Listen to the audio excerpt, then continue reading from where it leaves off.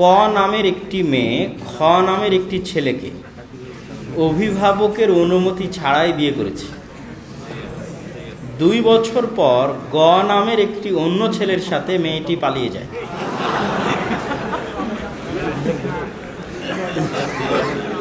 ইদ্যত ছাড়াই এমন দ্বিতীয় বিয়ে বৈধ করতে করণীয় কি? আমাদের সমাজে আমাদের নীতি নৈতিকতা এবং চারিত্রিক অবস্থার অধঃপতনের এটি একটি নমুনা। আল্লাহ সুবহানাহু ওয়া তাআলা আমাদের যুবক এবং যুবতীদের হেফাজত করুক, আল্লাহুম্মা আমিন। প্রথমত, অভিভাবকের অনুমতি ছাড়া যে বিয়ে হয়েছে সেই বিয়ে হয়নি। সেই বিয়ে কি হয়নি? হয়নি।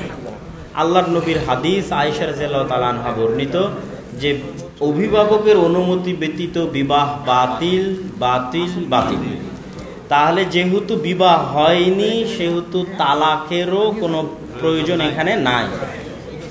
এখন মেয়ে যেই তৃতীয় তথা গ নামের যে ছেলে দ্বিতীয় যে ছেলের সাথে পালিয়ে গেছে, এই বিবাহটা যদি সে ঠিক রাখতে চায় তাহলে আগের ছেলের সাথে সম্পর্ক ছিন্ন করার কিছু নাই, কেননা ওটা বিবাহ হয়নি, ওটা জেনা হয়েছে। ওই জেনা থেকে আল্লাহর দরবারে ক্ষমা চাইতে হবে। এখন এই ছেলের সাথেও যদি মেয়ে তার পিতার অনুমতি ছাড়াই এখন পর্যন্ত বসবাস কন্টিনিউ করে তাহলে এটিও জেনা। এটিকে হালাল বানাতে চাইলে একটু 1 মিনিট থাম, কথা শেষ করি। 1 মিনিট শেষ করি, কথাটা শেষ করি। জি জি, আমরা বলে নিচ্ছি, সাইড দিয়ে যাবো ইনশাল্লাহ। মেয়ের পিতার অনুমতি নিয়ে একটু থাম, যদি কেউ সেমিনার আয়োজন করতে চায় সমস্যা নেই, আমরা একটু পরে কথা বলতেছি। মেয়ের পিতার অনুমতি নিয়ে নতুন করে বিবাহ পড়াতে হবে। 2 জন সাক্ষীর উপস্থিতিতে মেয়ের পিতার উপস্থিতিতে বিবাহ পড়াতে হবে। যদি মেয়ের পিতা রাজি না হয় এবং মেয়ের পিতা জীবিত থাকে তাহলে এটিও জেনার সম্পর্ক এবং সে জেনার সম্পর্ক কন্টিনিউ করতেছে।